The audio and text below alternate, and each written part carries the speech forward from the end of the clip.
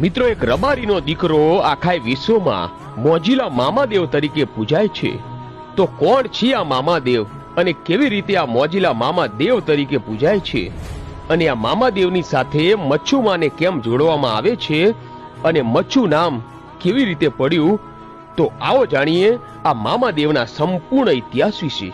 મિત્રો, એક પૂટા નામનો ભરવાડ અને રૂડીમાં આ બંને જણા પોતાના માલ ઢોર અને ઘેટા બકરા લઈ એક ખેતરથી બીજા ખેતર અને એક ગામથી બીજા ગામ જ્યાં ચારો મળે ત્યાં રોકાય અને વળી પાછા હાલતા થાય.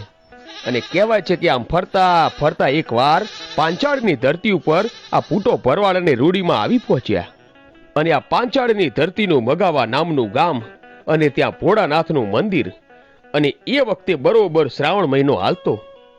અને હવે આ બંને જણા મંદિરમાં રોકાણા અને પછી તો ગાયો દોઈ અને પૂટા ભરવાડ અને રૂડીમાએ મંદિરમાં જઈને શિવલિંગ ઉપર દૂધનો અભિષેક કર્યો અને અભિષેક કરી